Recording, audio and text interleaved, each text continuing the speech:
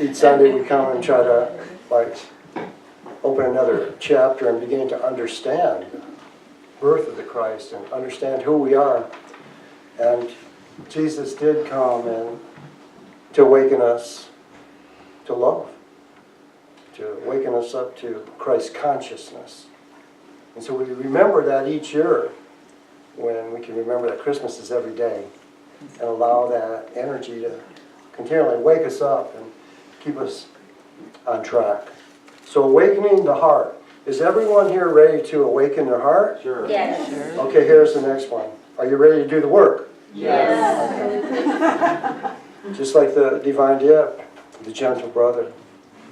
We hear these words. I mean, we sing these songs every year. And, you know, we learn them when we get about 40 or 50, maybe. I don't know. But we hear these words, and we hear teachings all the time. And that's great. But we have to take the teachings and put them into our heart and put them into our beingness to be the Word made manifest. And that's awakening the heart. We do one song in the Christmas play that we're going to do tonight, and it's Emmanuel. Emmanuel, our God is with us now, Emmanuel. Walk among us, dwell within us, be our light, and make us free. Walk among us, dwell within us, be our light, and set us free.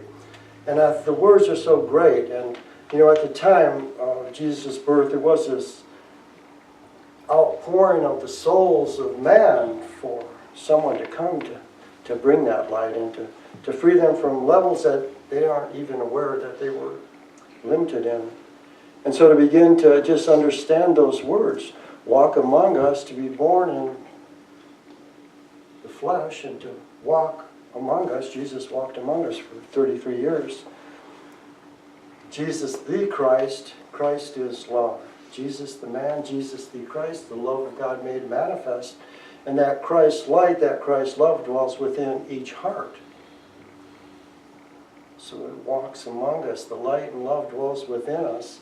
And when we choose to turn within, to go to that light, to that love, that's when we are set free from all the limitations that we self-impose. Because we are the unlimited sons and daughters of God. The higher self is God in man. This was a powerful teaching that Jesus brought also. And it was a teaching that a lot of mankind wasn't ready for. But I think we're ready for it now. We say we're ready for awakening of the heart, so we're ready to begin to walk and to live in that Christ consciousness.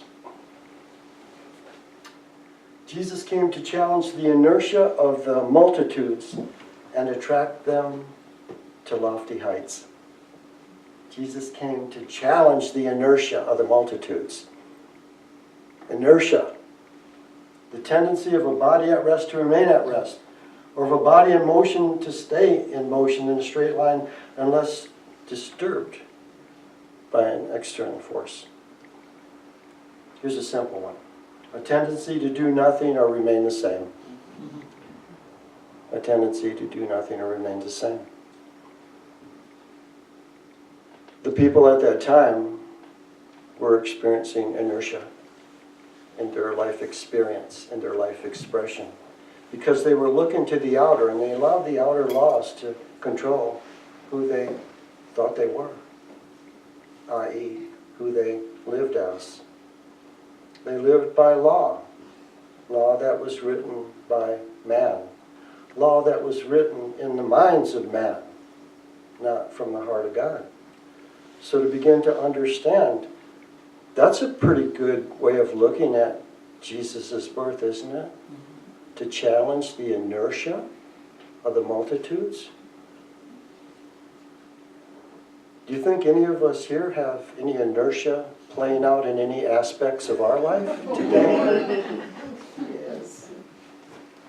And it's awesome to be able to recognize that. Yes, I may be stuck in this part of my life, or I'm not really taking the steps that I know I could take. Now, I'm not going to say it's a human tendency, but it is a tendency that people experience. So to begin to look at this birth of the Christ that walked among us, this Christ that lives within us, this Christ that can lift us and free us from our own inertia, awakening the heart, awakening Christ's consciousness. This is the gift that we can look at this season, but we can look at that every day. Every day. I want to thank every one of you for overcoming your inertia this morning, getting out of bed, and coming to church. Yay, God! A metaphysical Christian church. Because we can see beyond the outer experiences of our inertia. And metaphysically, we can go within and look at the thought, the belief, the memory that keeps feeding that inertia. That's the power of metaphysics. To begin to get that understanding, to begin to operate on causal level, instead of just bumping around to all the effects of life. Jesus came to challenge the inertia of the multitudes,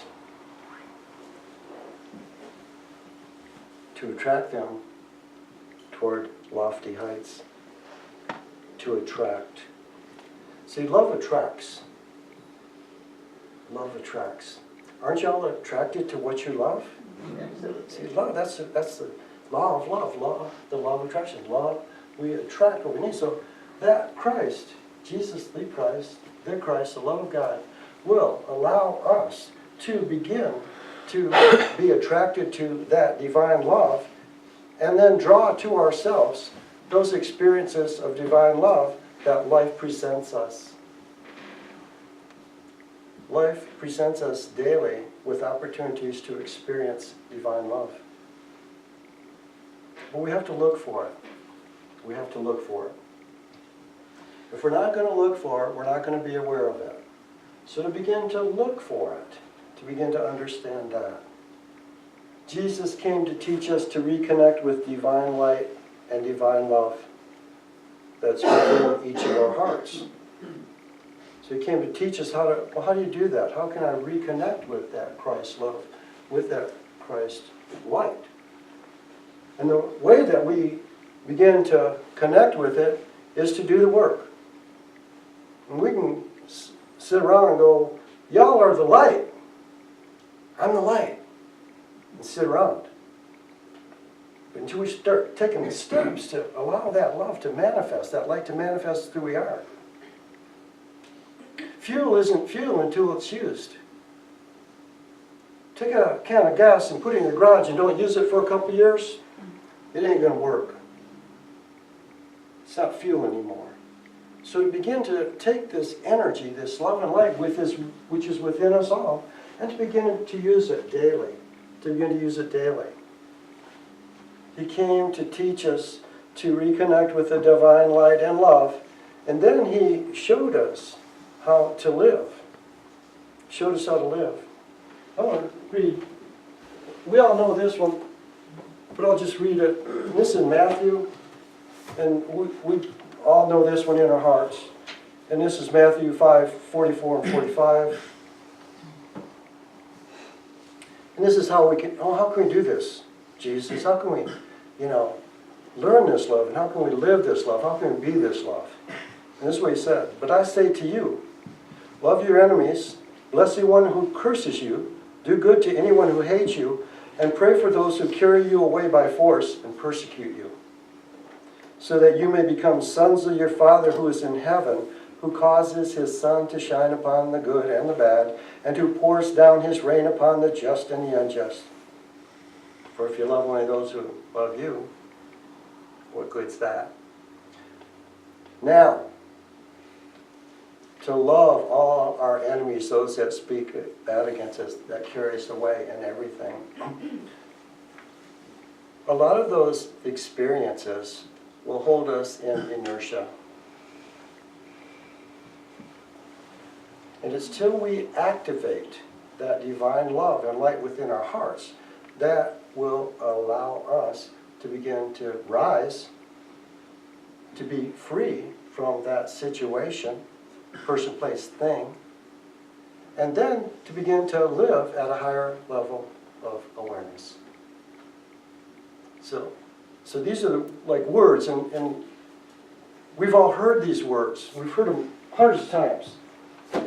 And so these are the words of Jesus. So here's a little follow-up to that. And this is in the Aquarian Gospel. And this is chapter 143, 42 and 43. And he's talking to the disciples after he's been teaching them. He's been giving them a lot of words. He's been giving them a lot of truth. They've been asking a lot of questions, and so it's been a great day. But this is what he says to them.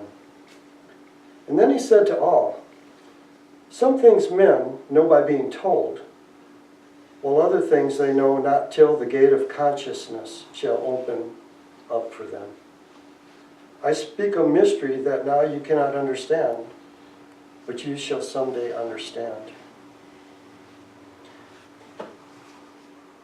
Some things we can't know until the gate of consciousness is open. The gate of Christ consciousness. When he came and he taught the people his revolutionary ideas of God within, you are the daughter of God, the son of God, with the family of man, that was very radical. And we couldn't see it because we were pretty tribal. But thousands of years later, who knows how many lifetimes, our lessons in life have allowed us to grow our awareness and expand our consciousness so that we can begin to understand who we are, what Christ is, and what life is all about. To awaken love. To awaken that energy that's within us all now. The wisdom of God, the power of God, the love of God that resides in us all. We have access to. We have access to. And when we access that, that's when we begin that awakening process. And then as we walk through life, life presents us with opportunities. Opportunities in which to not only live love, be love, to know love. You know, when we get on this path of spiritual unfoldment, we're the ones that have to do the walk. And when we walk, we're going to end up walking out of our old world and walking into a new world. And that's scary for a lot of people. Sometimes it might not even seem reasonable. But that's when we have to go within and trust and have faith in the Father within, the Christ within. Allow that to grow and expand and flow through our life experience. And this is what we learn through consciousness. Because we could be compelled to do things or we could be impelled to do things. There's a big difference. When we begin to expand our awareness and live at a higher level of consciousness, we do things because of the blessing, because of the growth, because of the love. We don't do things because we think we're going to be punished. It's consciousness. To begin to understand the law of life, the law of love.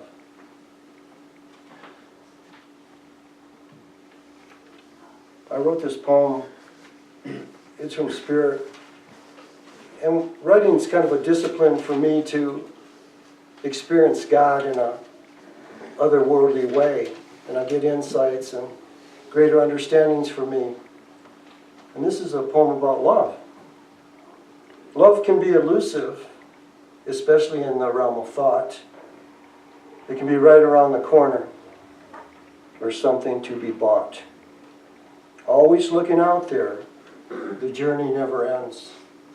Life's carousel continues, many rounds to make amends. Peace to those who go within, mere words to mortal man, though freedom to the awakened soul that's ready to expand. Into a phase that knows no bounds beyond both time and space. In cosmic mind's creation, love reveals its face. To begin to understand that as we begin to make that journey in spiritual awareness, it begins within. To go within, and we begin to see the face of God, the face of love in everyone. In everyone and everything. See, it's from divine love that we came, and it's love that enables us to intuitively grasp what divine love means. And then it's love that brings us to fulfillment in our quest. Christ is love. The teachings of Jesus the Christ, the one who walked among us, the Christ who dwells within us, the light, the love that frees us from our inertia, from our stuckness, from our patterns, from our habits, that support a lower consciousness way of living, which isn't bad, but if we become aware of greater and expand our consciousness, we can walk out of that world into a higher level of living. That's what Jesus came to teach us, to show us, to attract us to loftier heights. To attract us to loftier heights. The joy and challenge of the spiritual life lies in searching for, finding, and activating our own spiritual truth. And that's very important. Finding our own spiritual truth. If each one of us has that divine light, that love within our hearts, the Father within, wouldn't it behoove us to go to that master within, that teacher within, and ask, and then follow? Because my truth is different from all y'all's truth, and your truth is different from my truth and everyone else's.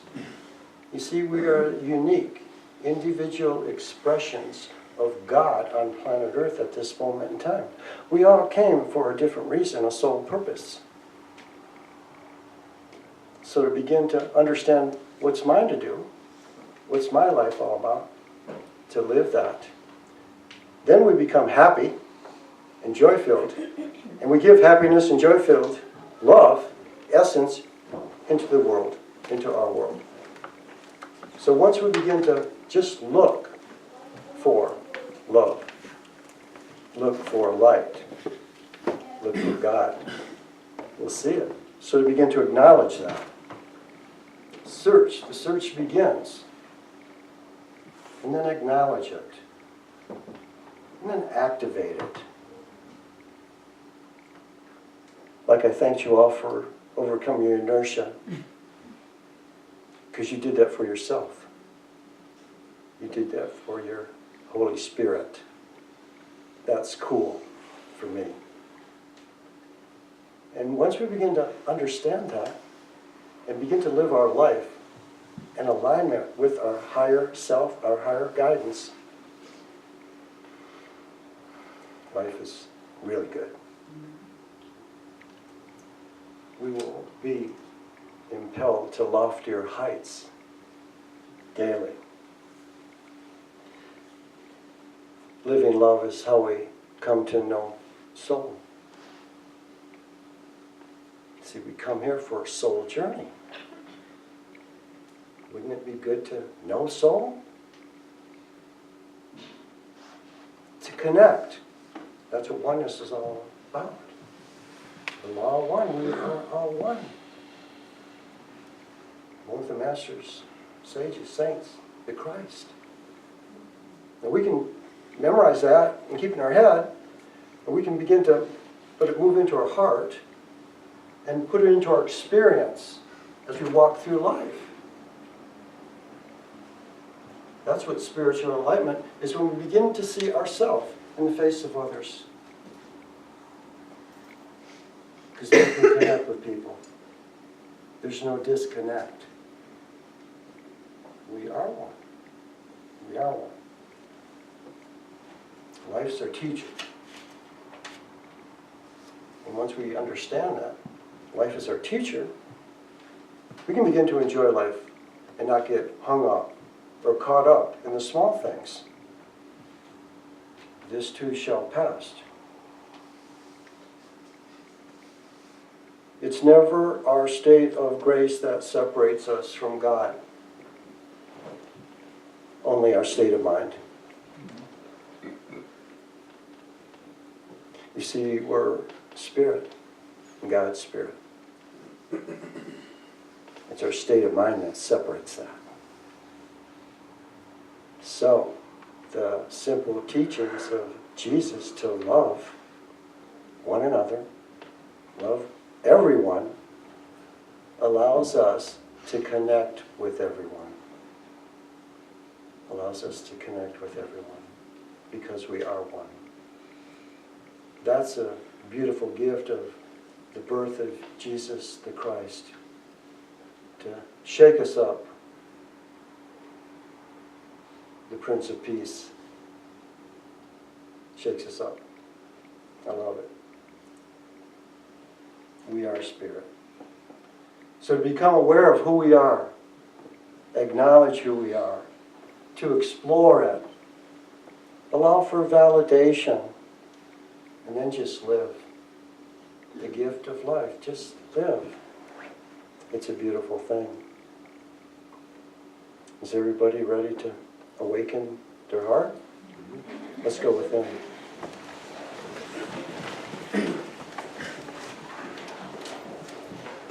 And as you close your eyes, just imagine we're going to close the door to the worldly way. And as you breathe in, just breathe in holy breath. And as you feel holy breath just pouring through your nose and down into your lungs and into your heart, I want you to follow and ride that holy breath right into your heart. And find yourself in a beautiful garden, the garden of your heart,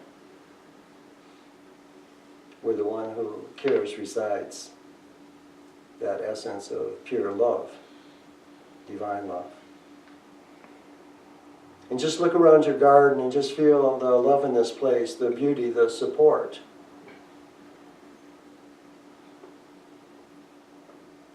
This haven of love and peace and healing. And as you stand in your garden, I want you to just feel your heart center, your unique love. And just begin to radiate love from your heart into your garden. Just send your love out into your garden.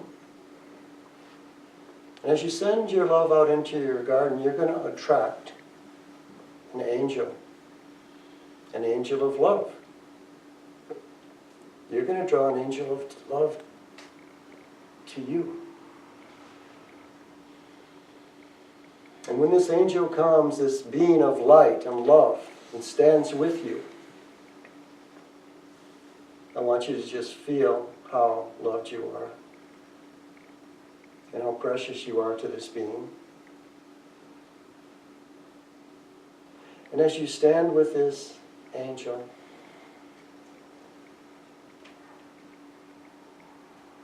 ask that they reveal to you an area of your life where you are experiencing inertia. You may already know.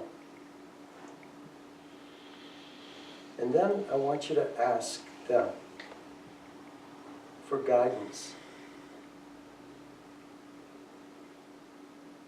for understanding,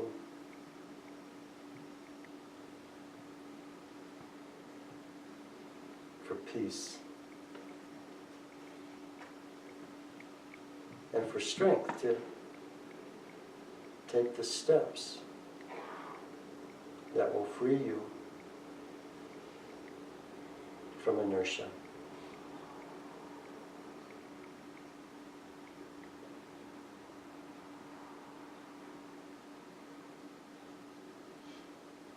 So just breathe and feel enveloped in this love, divine love. And just surrender to the revelation.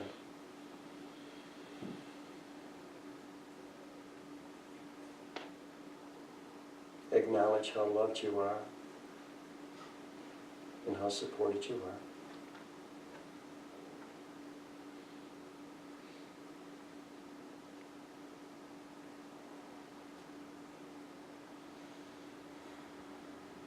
And allow this love and light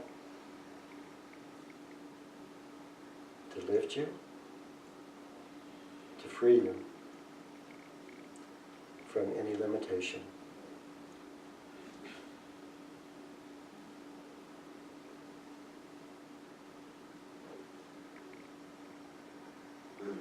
As you stand in your garden with this angel, I want you to look at them. And from your heart, just say thank you. Thank you for being here for me. Thank you for being here for me always. And I'm going to remember you're here. I'm going to return to commune with you. And just feel the love and gratitude they are just radiating, showering to you, and they turn and walk into the garden.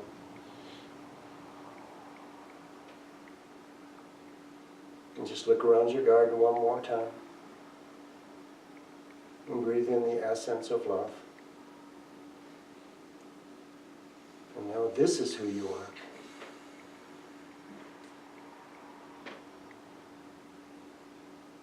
A beautiful garden in God's creation.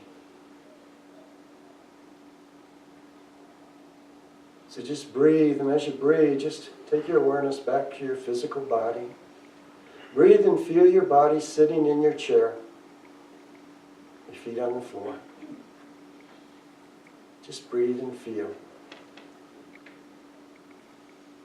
your unique vibration, your unique essence,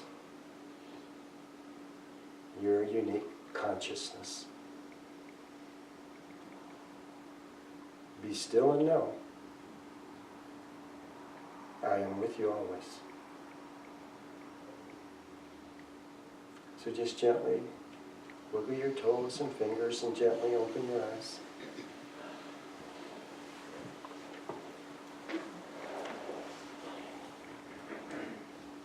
As we go forth this week, as we go forth this season, as we go forth in our life, if we could just always ask to be reminded of who we are, to know that as we allow love to guide every step, every word, every thought, it's just going to draw greater love back to us in our life experience. Life is our teacher. Yea, God.